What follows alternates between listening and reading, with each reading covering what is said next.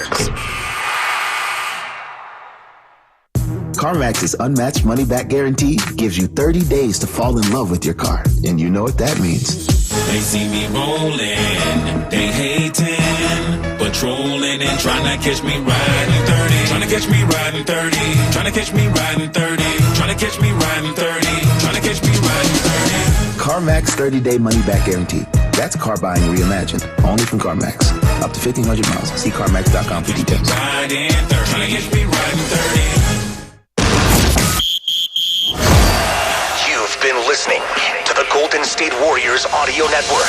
Presented by United Airlines.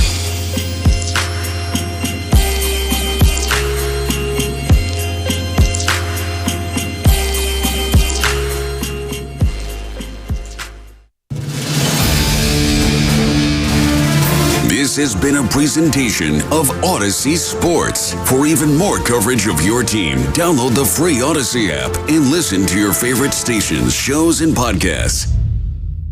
You're listening to 95.7 The Game, KGMZ FM in HD1 San Francisco. Always live on Twitch, YouTube, and the free Odyssey app. That's a wrap. Yo, that's a wrap. It was an amazing experience. Hope everybody enjoyed it. Hope they got some laughs, some good entertainment. This is Warriors Wrap Up on 95.7 The Game. Jerome to throw it in. Poole gets free, catches, and the ball's knocked away. Picked up by Utah on the break. Beasley feeds in. Fontecchio with a jam. The Warriors are down by one. No timeouts. Ty Jerome throws it the length of the floor. Deflected. The ball game's over.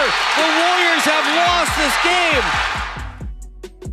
That's right. The Warriors lose this game in almost unbelievable fashion as the Jazz steal the ball from Jordan Poole, rather. We'll get to Klay Thompson in a minute, but the ball stolen by Nickeil Alexander-Walker, and then led down the floor there as Tim Roy has the call. Fontecchio with the dunk, and the Warriors in a game that they had the lead in by 4 points with 13.3 seconds to go. They lose it. They give up a Malik Beasley 3, makes it a 1-point game. They call timeout, and then Jordan Poole has the ball stolen from him, and you hear the aftermath of that and the layup, and the Warriors, what was going to be one of their better wins of the season, turns into maybe their most devastating loss of the season in a season full of devastating losses, in particular on the road and in close games. So we welcome you inside Warriors Wrap Up here on 95.7 The Game with John Dickinson with you for the next hour. Phone lines open, 888-957-9570, 888-957-9570. As the Warriors drop their second consecutive game. Jazz with the win, 124-123, is a game where you don't have Steph Curry, you don't have Draymond Green, you don't have Andrew Wiggins, and the Warriors played really a nice game by all intents and purposes, and I just find myself looking at the final 13 seconds and really the final minute or so where the Warriors and Jonathan Kuminga did so much well. Tonight was a game where young players are getting an opportunity to do their thing, and Jonathan Kuminga was just terrific in this game. The big block on Clarkson. He's got Clarkson frustrated to a point where he ends up getting himself ejected from the game, and then the Warriors unable to cash in on a couple of free throws down the stretch. Kuminga missed a free throw off of the flagrant penalty 2, missed one of those 2 free throws. Jordan Poole missed one of 2 free throws after the Jazz were in a position where they had to foul. The Warriors could have been up 5. It was only 4, and they had trouble getting the ball in and then hanging on to the rock a couple of different times just in those final 30 seconds or so. And it's frankly a night where a lot of really good things from the young players. Jordan Poole's 36 points. Jonathan Kuminga's 10 of 13, 24 points to go with 5 boards and 4 assists. It's wasted. It's wasted with the inability to close the game. And tonight's not about who wasn't playing or anything like that. You get that game to a point where you're up by 4 and there are 13.3 seconds to go. you got to wind up winning it. And it's just kind of an all-timer for the Warriors, really, if you look at all the success they've had over the course of the last decade with all of the championship experience and everything and the like. But that's one that stings in a big way. And instead of coming on and talking about how great Kuminga was and how great Jordan Poole was in scoring 36 points, we're talking about missed free throws. We're talking about an inability to hang on to the ball and tuck it away when you know the opposition has to lay a foul on you. And we're talking about Klay Thompson as well. This was the kind of game where, you prepare on and say, well, Klay had 22. It wasn't a pretty 22, but he kept grinding. He kept battling. It was just, you were fortunate that you had Klay at this point as opposed to not having him with the other championship core players that were out in this ball game. So you like having them, and you think, all right, when you're going to walk out of the building there in Salt Lake City with the win, that he hurt you at times, he helped you at times, but you were better off for having him than not having him as a whole for the night. But you look back at Klay Thompson's game now, and he was 8 of 25 to get his 22 points, but he leaves the three-point shooter with the Jazz down by 4 and trying to shoot a 3 with no timeouts left. So they took their final timeout.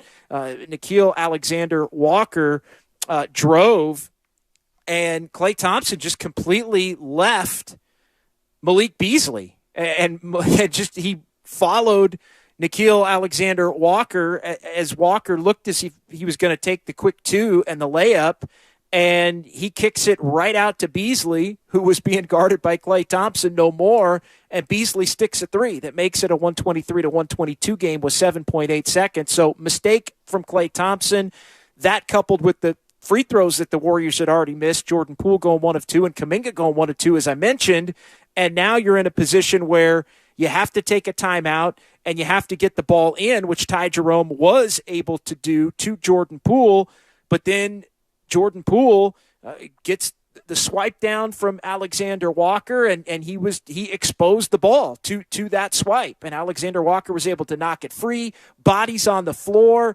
and the Jazz are able to come up with it, and at that point they've got a fast break, and they wind up putting this thing to bed as Fontecchio gets the dunk, and they were going crazy in Salt Lake City as the Warriors wind up losing this one 124-123. So 888-957-9570. I think the best way to put it, this is the kind of game where the Warriors had Jonathan Kuminga do some big things for him in the fourth quarter of a game where the championship core, for the most part, was not playing. And Moses Moody hit a couple of huge threes and was a part of a closing lineup that helped the Warriors come from 10 down with about 8.5, 9 minutes to go in this game to where the Warriors have a 4-point lead in the final 13 seconds, and yet we're talking about a loss, and we're really talking about a loss based on the inability to finish the game by two players that are regular rotation members for the Golden State Warriors. It really is Jordan Poole's mistake on not protecting the ball and the missed free throw, and it's Klay Thompson inexplicably leaving Malik Beasley on the three-point shot as Alexander Walker drove the paint and realized, oh, okay, you're going to give up a wide-open 3. I'll kick it out to Beasley, and we'll take that shot, knowing at that point the Jazz really did need a three-pointer because they were down by 4 and didn't have a timeout. If you have another timeout, you can take the quick 2 and maybe try to extend it another way, but really the only way you're going to win at that point if you're the Jazz is to knock down a three-pointer. So they went for the 3, but Klay gave him the pathway to get to that three-pointer. So all in all, I thought this was the kind of win that could have offset the loss Monday at Chase to the Indiana Pacers and gotten the Warriors back on track. And the Warriors won a few of these games like this last year where they were shorthanded. And look, tonight was not a game that I viewed as a punt by any stretch. The games in New Orleans where nobody plays, like these were, hey, Steph Curry's got a legitimate injury right now. Draymond's a little banged up. Wiggins is not going to even play on Saturday, Steve Kerr said before the ball game when the Celtics are at Chase. And so the players that weren't playing tonight had legitimate injuries. And Klay Thompson, nothing wrong with him. This wasn't a rest game or anything like that on the second of a back-to-back. He was out there and playing. Jordan Poole was out there and playing. Opportunity for Kuminga. The Jazz had players out as well on their side of things. I mean, they didn't have Lauri Markkanen. They didn't have Mike Conley. And so this was a game Colin Sexton left down the stretch. Like this was not a game that I had just chalked up as, well, that's going to necessarily be an L. And the Warriors hung around in this one. And played really a great fourth quarter right up until the point that they had the game in hand, and then they gave it all back. So 888-957-9570, 888-957-9570. John Dickinson here on Warriors Wrap-Up on 95.7 The Game. As the Warriors, that's a tough one. And now you got Boston coming in on Saturday, and the Warriors find themselves right back in the muck here in the Western Conference playoff race and trying to climb out of a hole. I thought Monday night could have been a little bit of a pivot point for the Warriors in that loss. As you look at 13-11 did not become 14-11, and now you're dealing with some injuries really to the core players for the first time this season. And I thought maybe that could end up being November 7th was a pivot point after the 3-7 start. The Warriors got things going right up until that point where they needed one more game to get Monday. They couldn't quite get it, and now you're dealing with injuries. I thought tonight could have been a momentum turner right back the other way for the Warriors in a positive fashion if they had been able to close this thing out. Now it's just the gut punch of all gut punches. And now you got to pick yourself up and try and rebound from that. You're playing the team with the best record in the NBA in a couple of nights at Chase to try and avoid dipping back below the 500 mark. And Andrew Wiggins already is not going to be a part of that game for the Warriors. Great night from Jonathan Kuminga. Really can't say enough about him. 12 of his 24 points in this game came in the fourth quarter. And he was at his best, not forcing the issue, but 10 of 13, a lot of layups, a lot of dunks, a lot of not chasing his offense, but finding it within the game.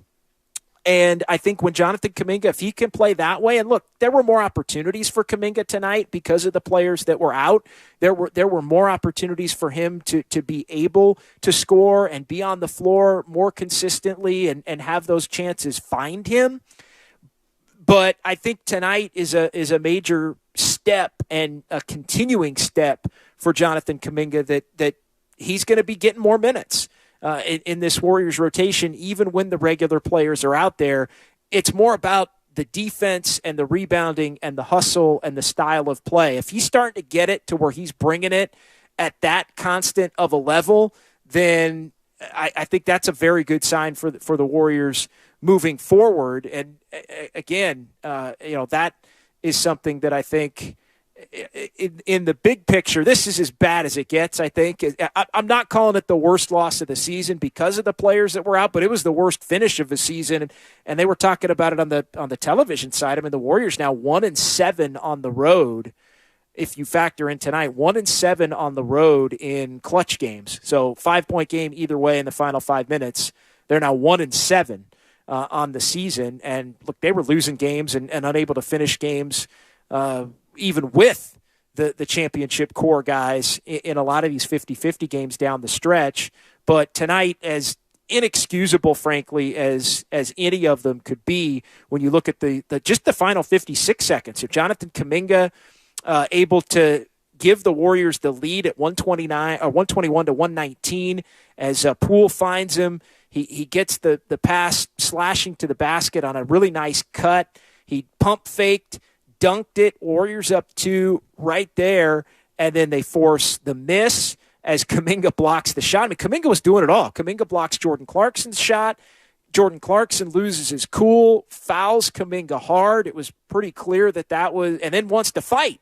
At that point, basically squares up on him, looking to try and start a melee inside the building there in Salt Lake City. Dante DiVincenzo is able to hold Kuminga back, and it winds up being double technicals for Kuminga and Beasley, but they got the call right with the flagrant penalty 2 on Clarkson for the hammer down on the foul, the frustration foul after he got his shot blocked.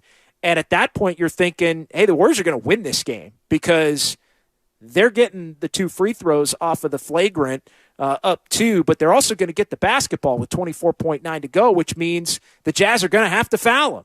And so Kuminga, even when he made only 1 of 2 to put the Warriors up 3, the Warriors at that point are in a position where you're thinking, all right, they got a foul now, but the Warriors turned it over there. Kelly Olynyk came up with a steal there as Klay Thompson lost the ball. And so that was another one of the Klay miscues. He got it back with the block on the other end, and the Warriors were able to get the rebound, and Jordan Poole was fouled, and he went to the free throw line. But then Jordan Poole missed a free throw when he could have put the Warriors up 5, and that point wound up being of huge importance. Obviously, both of those points did. But the inability on all of these different plays for the Warriors to not make the most of each of those situations winds up being costly as they end up losing the game essentially at the horn, although they did have one more frantic chance with 1 4/10 seconds left to try and get the victory there. But, yeah, just it would have been a real confidence-building type of a game, I think, for the young guys, with Kuminga able to contribute to it, with Moses Moody able to contribute to a fourth quarter after he really didn't play all that well at all in the first half.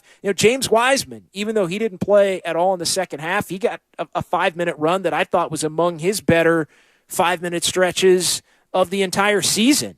And so you look at it from that standpoint, and you could have checked a lot of boxes, really, with all of the young players. If you want to consider Poole a young player, although he was basically in the Steph Curry role tonight, playing 37 minutes, and in the Steph rotation, playing the entire first and third quarters, and then coming back mid-second and fourth to try and close the deal out. You win this game, and it's probably one of the more impressive victories of the season. You lose it, and now it's a gut punch, and now it's where do the Warriors go from here, because that uphill climb continues again as the Warriors attempt to try and get back into the Western Conference race, which is all jumbled up and a swing game, I think, really, in a lot of ways. We'll see if Utah stays in it, but you look at the standings now here at the end of the night, and Phoenix was getting blasted at home tonight by the Boston Celtics, and that game has gone final now as you look at it in Phoenix, 125-98. The Celtics were all over the Suns in that ball game, so the Celtics able to get the win there, and there's a new leader atop the Western Conference. The New Orleans Pelicans at 16-8 are now number 1. The loss for the Warriors dips them back to 13-13, so they are 10th in the West. But again, it's probably too early to focus too much on the standings. Utah won tonight. Sacramento got beat in Milwaukee. The Suns got beat. Memphis got a win tonight. But I mean, this is a little bit of a swing game when you look at the game against Boston coming up on Saturday. And the thing that makes it sting so much is the fact that it's a night where Kuminga and Moody, in particular Kuminga, really helped you win it down the stretch, and Jordan Poole, for all the great plays he made and the 36 points, helped you lose it, and Klay Thompson, in a big-time way, helped you lose it down the stretch as well. 888-957-9570. Let's go to Danny on the phone lines up first here tonight. What's going on, Danny? You're on Warriors Wrap-Up. Hi, JD. Thank you for doing a great job on the post-game shows. I was so frustrated watching the game tonight. I was just swearing up and down. I thought it was a great effort. I think you covered all the key points. I thought Kuminga really took another step. I thought Jordan Poole played great. I thought everyone played great. But I got to tell you, and it's just a fact now, it's just so apparent, Klay is killing us. I thought he absolutely killed us tonight. And, I think it was 8 for 23 or 8 for 24. And 25. Try 25. Oh, my God. Just killing us. And I don't know. I thought he'd maybe turned a corner a few games ago, but the last 2 games were really, I was trying to explain away some of it. So just wanted to hear your thoughts on that. Yeah, and look, he had 28 on Monday on 23 shots, and tonight, I touched on it a little bit off the top. I mean, you needed Klay Thompson to be out there tonight because you were so shorthanded, but 8 of 25 for 22 points is, I mean, that's not a good game, but you almost needed those points as a placeholder because who else was going to get you those points? And it's a night where he can, shoot it a ton, and him and Jordan Poole were shooting it more than anybody. But look, I've said this Klay Thompson has played better, and I think he had a stretch of games for a couple of weeks where it looked like he was pretty close to being back. But the reality is on Klay, and I've said this and I'm going to keep saying it, he's not back until he's played more good games than bad games for an entire season, right? Like, if you're evaluating Klay Thompson's season, and what have there been, 26 games to this point, I think he's missed 5 or 6 of them. So if Klay Thompson, let's say, has played 20 games this year, you can't say Klay's back until more than half of the 20 games that he's played in, you could say, hey, he's played really well in those games. And I still don't think we're to that point where you can say that he's played well in half of the games that he's played in if you're just kind of giving him was he good or bad tonight? Was he good or bad? Like, has he been good in more than half of the games? I mean, I don't think so. And the last couple have been clunkers in particular. But again, tonight you do need him out there, because if you don't have him out there, you're basically in a punt situation like you were against the Pelicans and like you were against the Pelicans actually twice. So, yeah, against the Pelicans and against the Pelicans. 888-957-9570. Tony in Alameda next. What's going on, Tony? Hey. Hello? Yep. What's going on, Tony? Hi. Hey, thank you for taking my call. Listen, that game there, I was so relaxed and everything, and I thought we had the game in the bag. Oh, something went wrong, and it was, I don't know, was it the coaching or the decision? We had a timeout, we were up by 4, and suddenly it just went, wow. I was so relaxed, and then I go, oh my God, something's wrong here.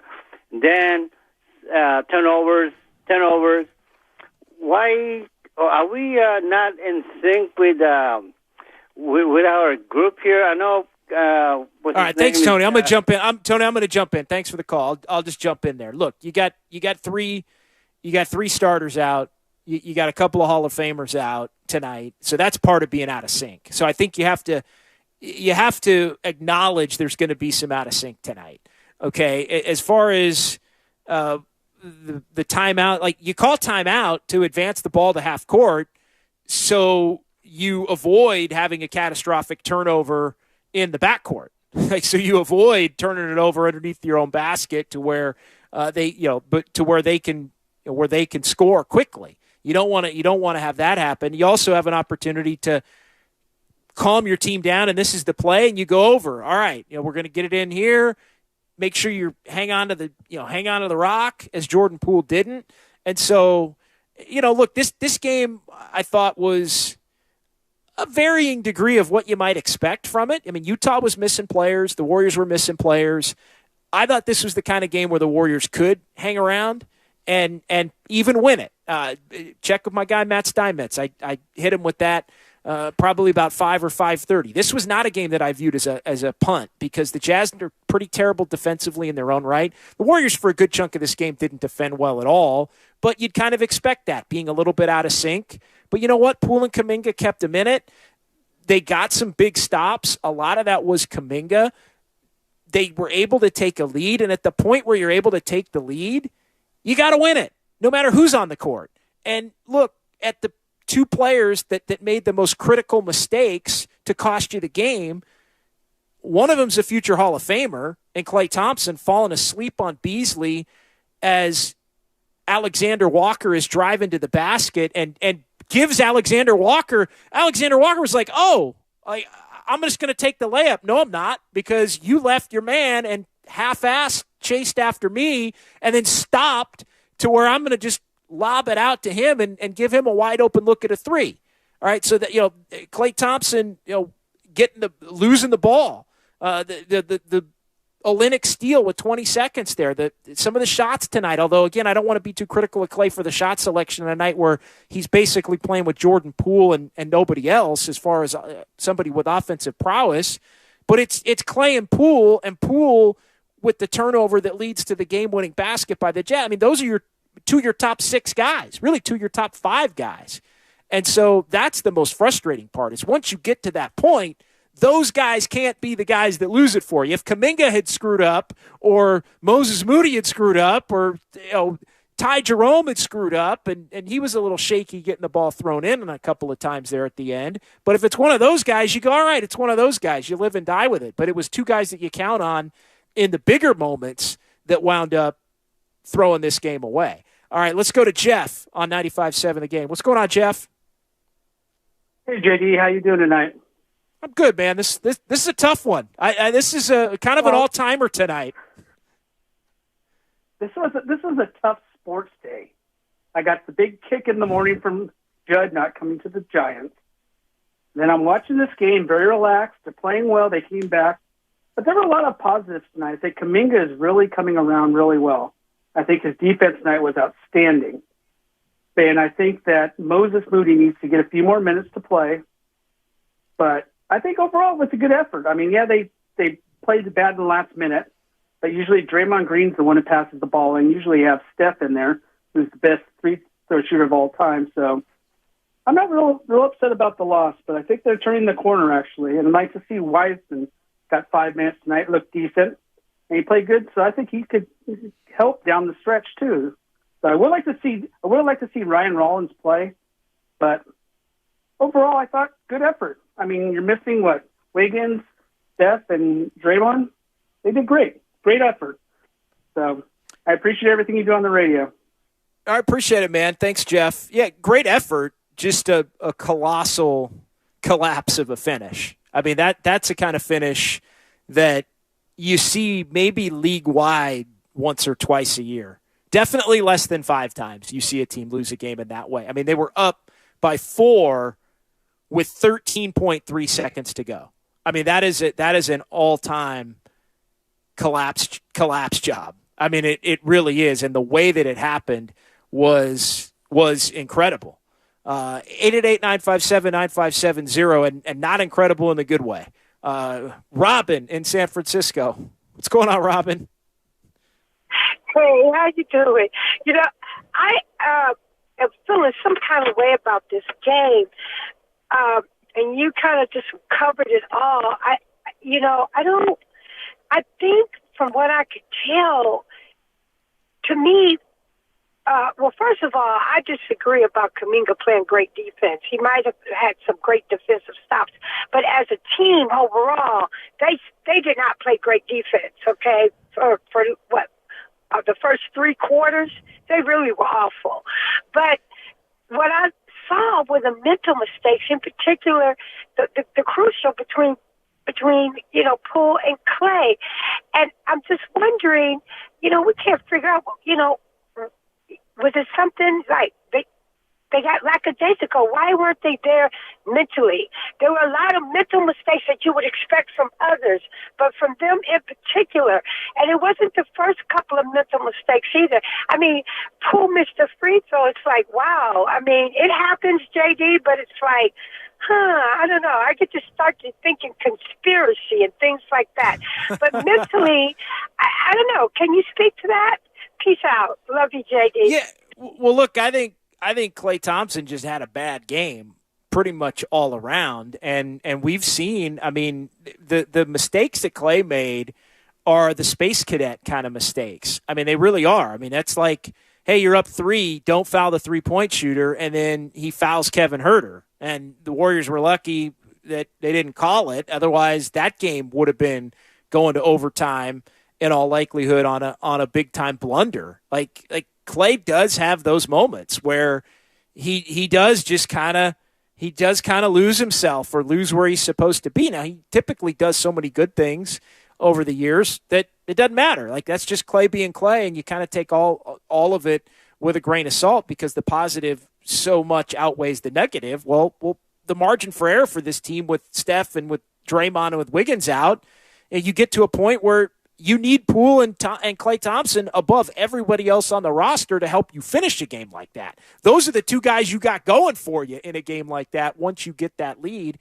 And I think that's the part that stings the most about this game is the fact that those are the guys that wind up letting you down if you're the Warriors on a night where, and I agree with you, Robin, the defense was not good overall. I thought Kuminga's defense was good. I thought Kuminga's defense down the stretch was good. But no, the reason the Warriors it looked like going to lose this game when they were down 10 with 8-9 minutes to go was the fact that they gave up 70 points in the middle two quarters. I mean, at that point, it was the fourth quarter defense really that was good, with the Jazz only scoring 24 points, and it looked like they had 19 up until that final little 5-0 run with the Beasley three and then the steal and the layup. So 888-957-9570, 888-957-9570. John Dickinson here on Warriors Wrap-Up on 95.7 The Game. Warriors lose a heartbreaker to the Jazz, 124-123. They blew a 4-point lead in the final 13.3 seconds. And yeah, that's a tough one, and the ramifications of it are also tough. I mean, you look at just win versus loss. You win, you're basically 7th in the West at this point. You lose, and you're basically now down to 10th or tied for 10th and 11th. And look, I think that the Warriors are not out of the woods yet. I know they played a lot better from the 3-7 start, all the way to get up to 13 and 11. They were 10 and 4, and one of those games was a game where they rested everybody against the Pelicans.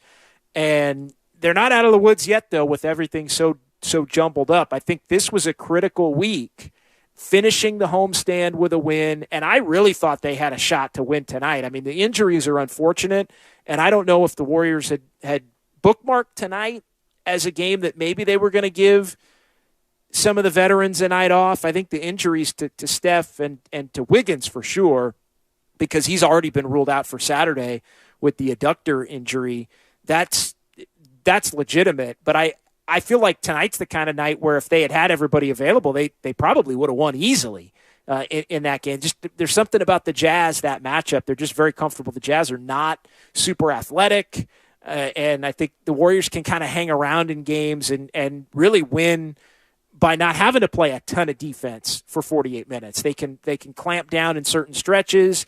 The game is loose enough to where they can get enough offense for the most part and close it out. And so I think the Jazz, I mentioned it last week, or I guess around Thanksgiving. I guess it was a couple weeks ago now, almost a week and a half ago or so, when those two teams played. It's just a real favorable matchup for the Warriors. They just are always very comfortable against the Jazz. So 888-957-9570. Let's go ahead and hear from Steve Kerr as he addressed the final minute and what was a real nice performance from some of the young guys in Jordan Poole. But the Warriors blew it in the final 13.3. Here's the head coach. You guys had a 4-point lead with 13 seconds left. Just what? And the ball, I believe. Yeah. What happened over those next 13 seconds? You watched. You're asking me what happened. You just watched the game. We didn't take care of the ball. We turned it over, and they took the game. And it's a shame because our guys did a lot of great stuff. I thought to that point they really fought and earned the right to win the game. And then we didn't close it. You got to close it. You got to be rock solid with the ball. You got to be smart defensively. And we were neither of those things the last 13 seconds. Kuminga, I mean, you've been talking a lot about how well he's been. Probably that defensive play over Jordan Clarkson now down the stretch there. Just what do you think? JK was tremendous tonight. Fantastic. He continued his recent play as far as defense and running the floor and really being solid, but he added the scoring, getting to the rim, posting up a couple times. Fantastic defensive play down the stretch when he blocked Clarkson's shot and then got fouled. Yeah, JK was magnificent, and it's a shame we couldn't finish it off with the win because I thought both he and Moses played just huge minutes for us down the stretch and made big plays. But again, got to close the door, and we didn't close it. In my experience, there's one game like this every year where you just leave the building saying, what just happened? It happened to us last year. Actually, a couple of them. Last year, home games against Denver and Indiana, where we gave up tying 3 against Indiana and a game-winning 3 against Denver, where, you make mistakes down the stretch and you just leave the arena and you're just shaking your head. You're thinking, how did we just let that happen? So as a team, as a staff, it's important that we move on. And so you learn from it. You watch the tape, see what you need to do better. Can't leave a 3-point shooter up 4, with 6 seconds left, whatever it was, when the game plan is to not give up threes. We relax. We give up a 3. And then we got to take care of the ball. If they're coming, we got to chest that ball. And, we didn't take care of those things down the stretch. And like I said, I feel terrible for our guys because they fought. They did a lot of great things, but we have to close the door. This is a hard league. Everybody's good. Everybody's got great players. And we didn't close the door. Well, why do you think it's just been hard for you guys to close out this season? We have a core group, kind of 5 or 6 guys who we rely on, but we've had different guys in our rotation. I think it's solidified somewhat here over the last few weeks, but we're still trying to find ourselves as a team. And until you really find that identity and find the group feeling of, we can do this, we're going to knuckle down and, take care of this game. You're not there yet. So we're just not there yet. Beyond the way your guys play, how would you sort of assess their poise? I mean, this is a difficult environment on the road. As you said, you have a core of 5 or 6 guys. 3 of them were here. To just sort of the composure element of it. Yeah, great fourth quarter. Great fourth quarter. Like I said, JK was fantastic. Jordan had a big night for us.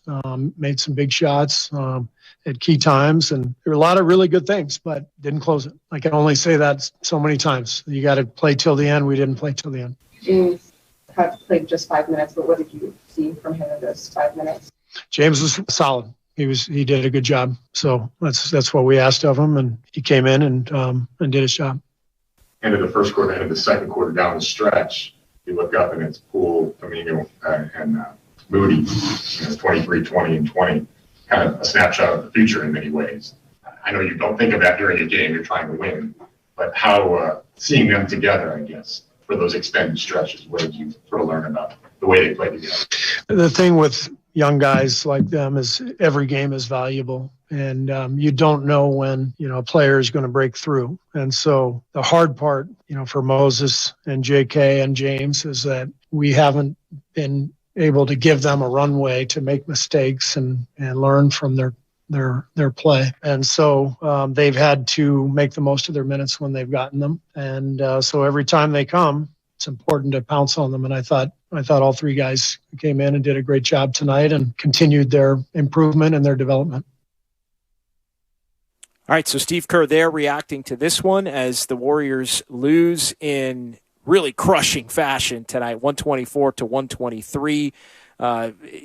Talking about losing the 3-point shooter when you know that a team is trying to get a 3, and if you go back and watch it, and I was going back and watching it a couple of times here right before the show started, and I think Marcus Thompson of The Athletic made this point. Klay Thompson was really the only guy that wasn't overplaying to the point where it was, hey, let him take the layup. And Alexander Walker was stuck. He was just going to have to take the 2. And at that point, the Jazz don't have any timeouts left. It turns into the free throw game. They're going to need an extra point somewhere. I mean, they would have had to have done what they did and pull up from 30 feet and hit a 3 without the Warriors maybe fouling them first if you force them into the 2 at that point in time. So it was pretty crazy. And then, Jordan Poole, pretty simple explanation there from Steve Kerr as far as got to tuck it away. You got to chest the ball. You got to put the ball up against yourself, not expose it to the defender to where they can take a swipe at it or try and punch it out or whatever. And Jordan Poole just wasn't strong enough with it in a situation where, it's 2 obvious situations, really. It's you're going to get fouled. You got to try to hang on to it and not let them be able to swipe it, and then the situation where a team's going for a three-pointer in an attempt to stay alive in a game, you just cannot give up a three. You sure as heck, and you can't – I mean, you go back and watch the play. I mean, Klay Thompson just completely – I don't know what he was doing. He just completely left the three-point shooter, started going over to Alexander Walker, and then didn't even try to contest the layup, which I can understand at that point because you don't want to foul, but he just kind of stopped in between his man, which was Beasley, who hit the three, and Alexander Walker, who was doing everything he possibly could to draw and kick to somebody for a three. The Warriors had the rest of it guarded, but it wound up being a three that cut the game down to one. Warriors still at that point have the timeout, and if you can get the ball in, the worst-case scenario and make your free throws is maybe the Jazz hit a desperation three. But without any timeouts at that point, it's very easy to foul up three because the Jazz would have had to have gone the length of the floor. It's not like an inbound situation where you're getting it at half court, you're throwing it toward the three-point line, and then you can get caught where maybe you foul on a three. It's a lot trickier to foul up three in that situation. But with no timeouts for the Jazz, they got to throw it in and dribble it up and all of that. You could foul on the catch. You could foul on somebody trying to dribble it up the floor. And at that point, the odds of winning this game just go up really exponentially. 888-957-9570. Let's hear a couple of minutes from one of the bright spots, probably the biggest bright spot for the Warriors in this one tonight, and that is Jonathan Kuminga. Can you describe just sort of the emotion of that? You guys played so well. Obviously, having the lead come stretch and change so quickly at the end. Who's supposed to win the game? Just things that happen, like Steve said. In the NBA, it's crazy because one day, like if we had an 82 game, there is always going to be like a game just like that you're just going to ask yourself, like, what happened? We're just going to go back home and watch film and try to just get better. But I'm really happy and proud with the way we play, especially that second unit, because pretty much everybody was the guy that played for the second unit. I mean, we kind of like know what everybody like on the floor now. We kind of know each other. We're just out there playing for each other. What happened in the fourth quarter with you and Clarkson? I mean, it was grabbed you from behind, foul. Looks like he squared up. You might have laughed in his face. What did you see for that? How would you describe it? I mean, I didn't have no intention to do anything. It was just so funny to the point where I just saw him square up right away. I'm like, man, you didn't want to follow me. I ain't got to do all that. So it was just funny just seeing that. I mean, I didn't say nothing. I didn't do nothing. It's just the fact that it turned that way to try to like fight me and stuff, and I wasn't with that. And the play right before and that he fouled you on was really crucial and big defensive play by yourself. Just how much of an emphasis have you putting on your defense? And I know we talked about in Dallas, we talked about you focusing on the little things, not necessarily scoring, but tonight you kind of were able to do it all. Just playing defense the way I'm doing it could help so much in a lot of things. That's pretty much why I'm just so focused on like playing defense and like watching clips every day of defense and just knowing how to guard people without fouling, and mostly the best players in the league. So I think that's just been in my mentality. The last play was obviously crazy, but Steve seemed more frustrated by the Beasley three-pointer. I think you were on the court at that time. What sort of happened that you got that open? Were you guys? I don't really know because we was all focused on guarding our man, but I don't know what happened. So I don't even know because I wasn't even looking that way. I just saw the ball going there in the hoop, and I was surprised. What was your view of the final play when Jordan lost the ball? I don't know. I don't really have too much to say about that, Like I said, just things that happen sometimes in the game that you cannot control. There were several points where you, Jordan, and Moses were all on the court together for long stretches, maybe more so than usual. As you mentioned earlier, it seems like you guys are more and more comfortable playing together. Do you feel like that showed tonight? I feel like it shows, and it's just everybody coming out there and giving all the guy like we did. Me, Moses, Jordan, we came out there. We compete. We just didn't get to pull this win. But like I said, I'm really happy with the way we all played. All right, so Jonathan Kuminga there. Yeah, great night for Jonathan Kuminga. Really strong night, at least in the fourth quarter for Moses Moody. And you have to love the way Kuminga handled a hot situation with respect to the block of Clarkson, and then Clarkson laying that flagrant foul penalty too on Kuminga. And Kuminga looked like he was ready.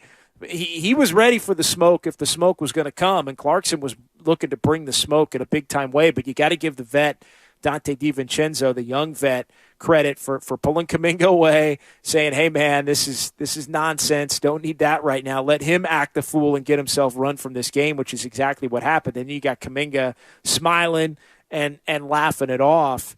And, man, at that point it was looking like it was going to be a real good Warrior win, one of the better Warrior wins of the season, and really I think in line with a couple of games last year that the Warriors were able to win shorthanded. This is the third game now of the season where the Warriors haven't had multiple stars out there. And, look, a little more action tonight because they did have Klay Thompson out there, although Klay made some mistakes down the stretch. But this is now the third game that the Warriors won 3. I think they were 3-7 last year in those similar situations. I know they won a game in San Antonio last year.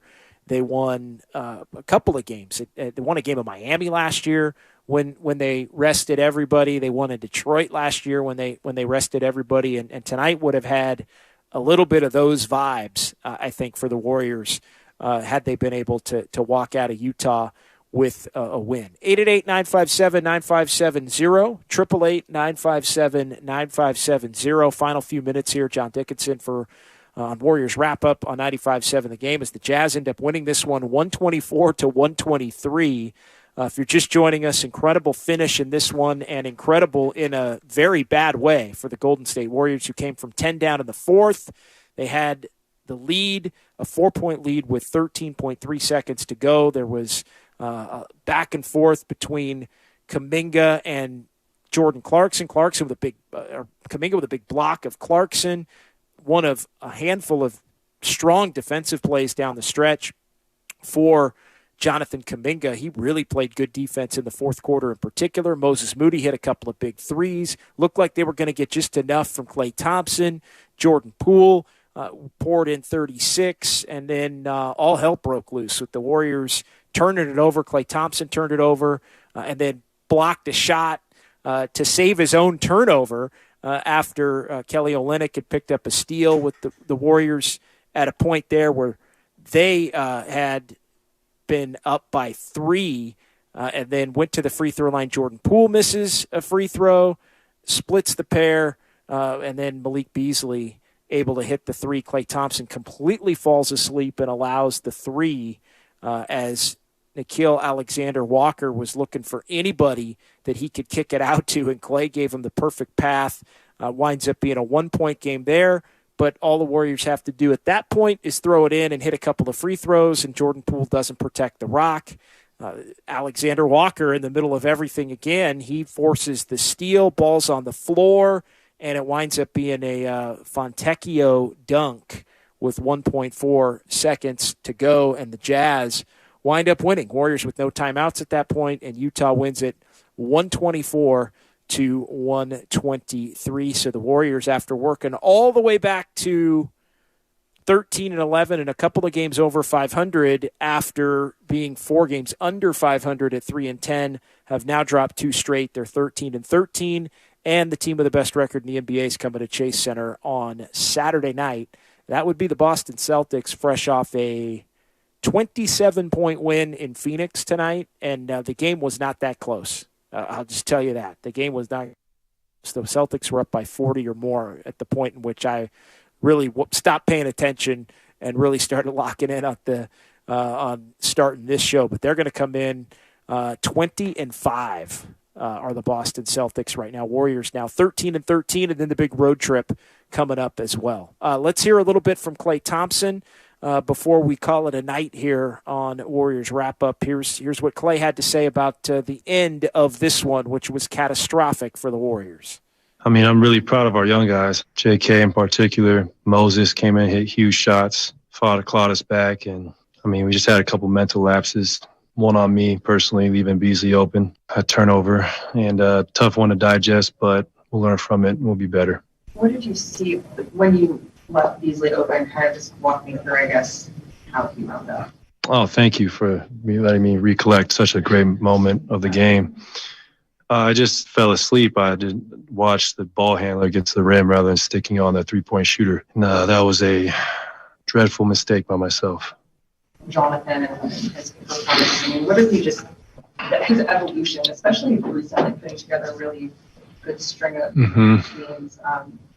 Before we kind of talked about how he's doing all the little things but not necessarily scoring, which is good. But tonight he was able to do it all.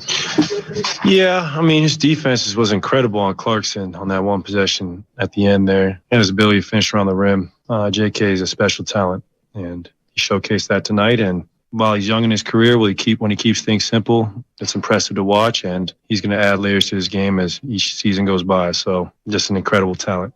Seems like about setup. There's like a game like this every year where you just leave the building, ask yourself like what happened. How do you guys like regroup from a game like this where you guys played really well all the way until the final 15 seconds? We watch the film, we learn from it, we take a nice day off, well-earned day off, and we just learn from it. It's that simple. But you mentioned how Kuminga is coming along. Several stretches that you look out there, and it was JP at 23, Kuminga at 20, Moody at 20, playing together for long stretch. Obviously, kind of the future it makes.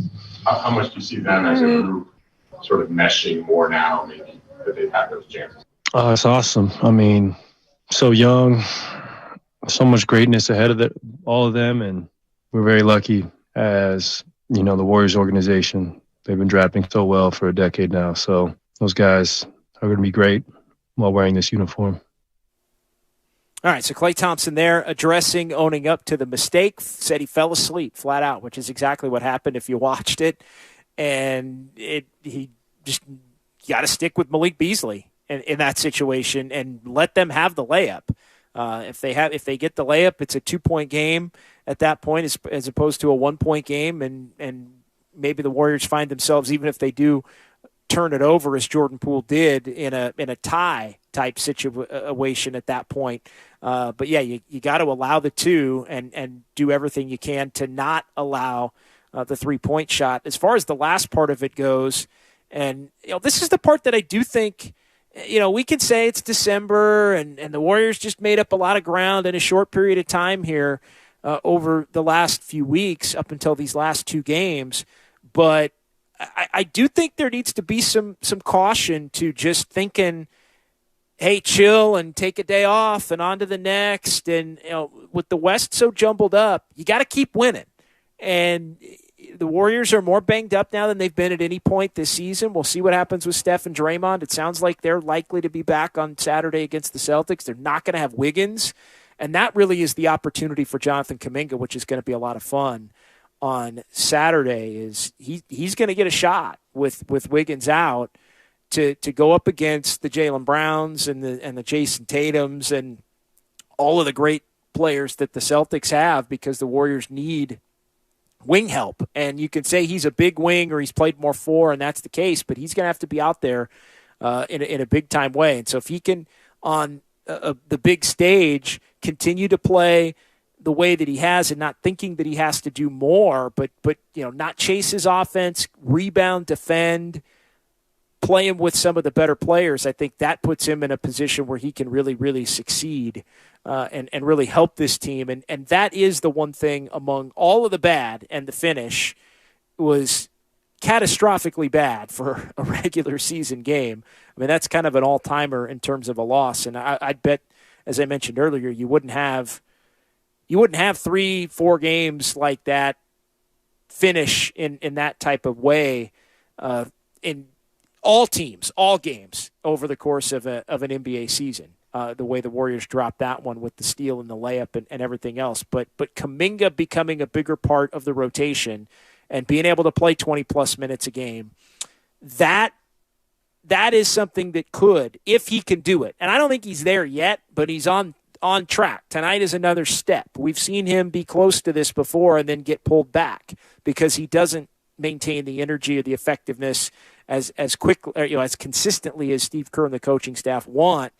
So I think it still remains to be seen whether he can continue to put it together over and over. But I think that in a loss could be the biggest bright spot for the Warriors moving forward if he can truly be somebody that can be trusted to play 20, 25 minutes. I think they're going to need to go out and get somebody regardless that can play the wing spot in case you have an injury or in case you don't fully trust Kuminga in a playoff-type series or down the stretch in a regular season, even if he's helping you at varying degrees right now. But for the time being, I think they probably need to figure out, just get him on the court, trust him, and see what they've got as he has played much better over these last couple of weeks. All right, that'll do it for Warriors wrap-up in this one. Thanks to everybody in our San Francisco studios, from Sterling Bennett on down the line, cutting all the highlights and the post-game sound. Great job by everybody. Warriors off for a couple of days as they will be back in action Saturday. That's going to be a good one. No Andrew Wiggins for the Warriors. Warriors and the Celtics, 5:30. Warriors Live comes your way at 4:30 from Chase Center, as I'll have that for you. Make sure you tune in to Warriors This Week on Saturday from 10 to 1. Myself and Whitey Gleason be taking your phone calls. We'll be talking everything about the Warriors, and also a Warriors Weekly podcast with myself and Matt Steinmetz. That will drop tomorrow. Look for the latest edition. We'll be talking about the close to this game and where the Warriors sit now at 13-13. That should be dropping right around 11:30 or so tomorrow in the morning. So look for that for 95.7 The Game. All right, that'll do it. We'll talk to you on Saturday. John Dickinson, Warriors lose tonight to the Jazz, 124-123, and you heard it right here at 95.7 The Game.